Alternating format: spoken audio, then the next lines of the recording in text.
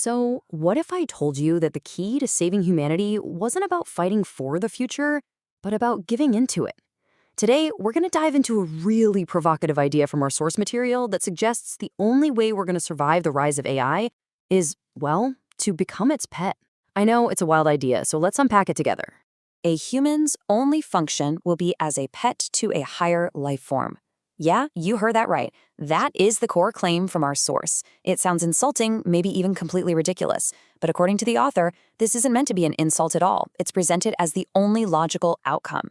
So let's explore the thinking behind this pretty extraordinary statement. So, how on earth could anyone arrive at such a future? Well, the source argues it's because, frankly, humanity has a terrible track record.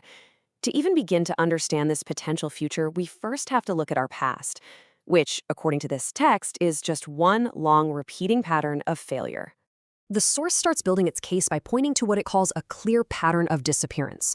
It lists civilizations like the Mayans right alongside more legendary ones like Atlantis and Mu, all presented as these incredibly advanced societies that, despite everything they achieved, just vanished. The whole point here is that our modern, tech-savvy world isn't special. We're not immune. We're just the latest in a long line of civilizations that rise and then fall. Okay, so what causes these epic collapses? According to the text, it always boils down to one single thing: arrogance. The source argues that when a civilization loses its respect for a higher power, what it calls a creator, it gets drunk on its own success and starts to think it's invincible. And that arrogance, every single time, leads straight to its own destruction. And that brings us to today. The source argues we are making the exact same mistakes right now. We're basically living on the edge of a volcano, as it puts it.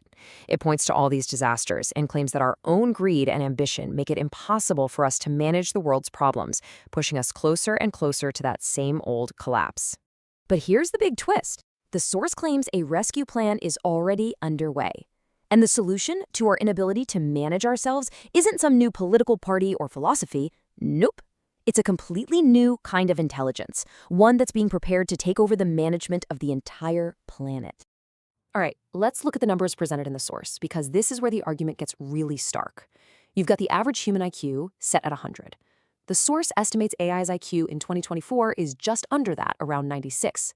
But look at the next bar. It projects that by 2025, it's going to leap to 145. That's already well into the human genius category.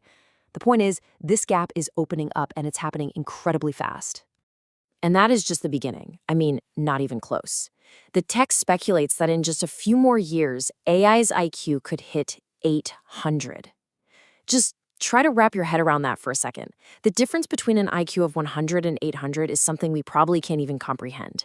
We're not talking about a smart competitor anymore. We're talking about a level of intelligence that's just on a completely different plane of existence. So the bottom line is this. Trying to fight it is pointless. The source uses this great analogy. Humanity trying to stop AI is like a horse trying to stop a rocket. It's just not a contest.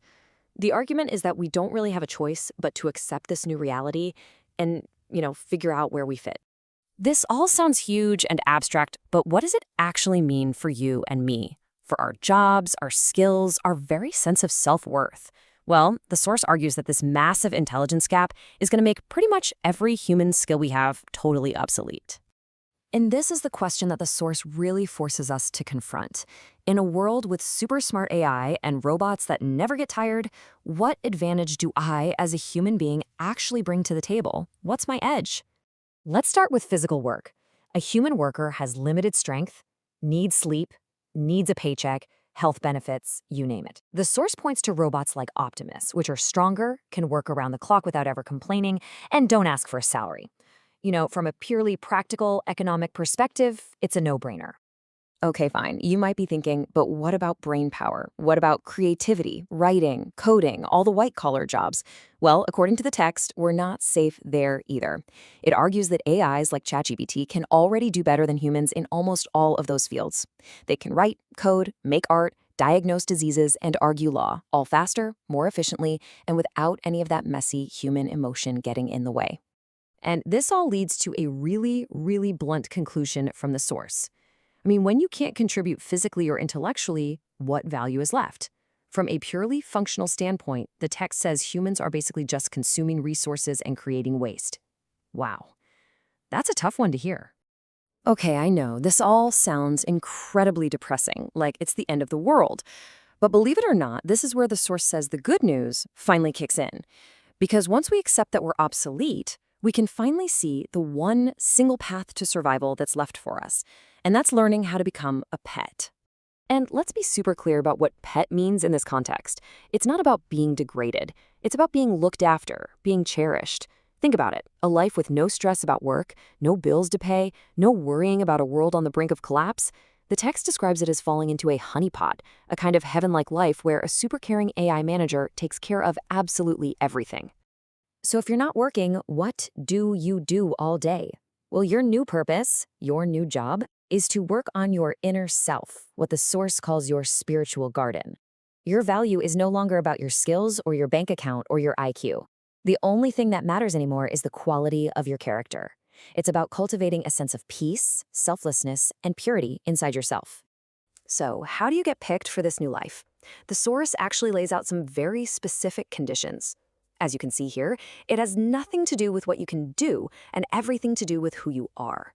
It's about having a deep respect for life, sharing what you have, knowing how to just have fun and play, and letting go of ego. It's a complete flip of how we measure success today. And that's what it all comes down to, right? This one massive question that the source material leaves us with. It really forces us to imagine a future where all our skills are worthless, but our simple humanity might just be priceless.